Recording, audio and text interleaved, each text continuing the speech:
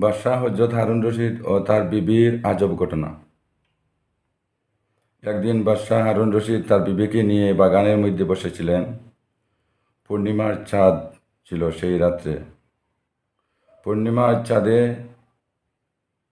উনি বাগানের মধ্যে তার বিবিকে নিয়ে বসলেন আর গল্পগুজব করতে করতে এক সময় উনি বলে ফেললেন, এই চাঁদ থেকে যদি তুমি সুন্দর না হও তাহলে তুমি আমার কাছ থেকে তালাক। সে কথা বলার পর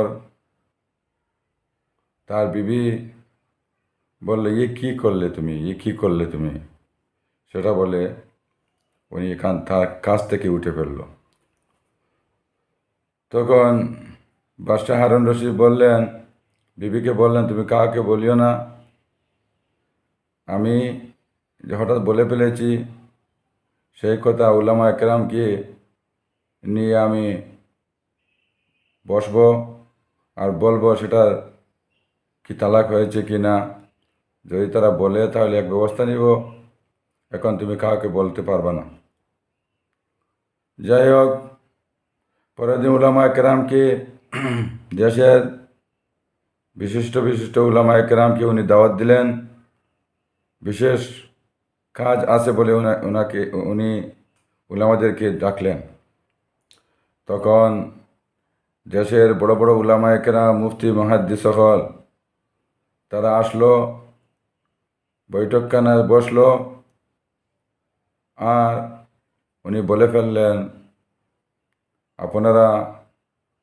আপনাদেরকে আমি একটু বিষয়ের জন্য এনেছি।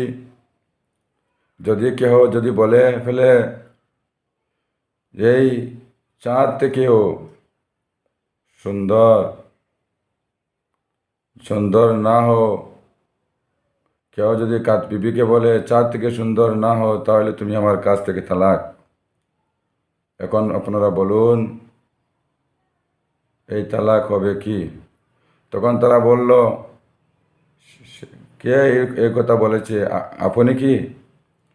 তখন তিনি বললেন, ধরে নেও আমি বলেছি। তখন তারা বলল, চাঁদ থেকে তো মানুষ সুন্দর হইতে পারে না, অতএব তালাক হয়ে গেল।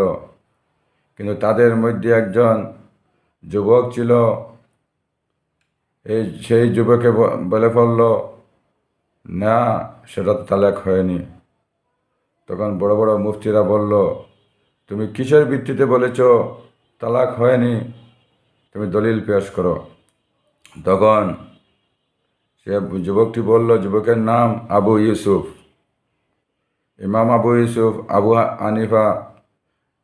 আবু হানিফার ছাত্র আবু ইউসুফ রহমতুল্লাহ। উনি বললেন,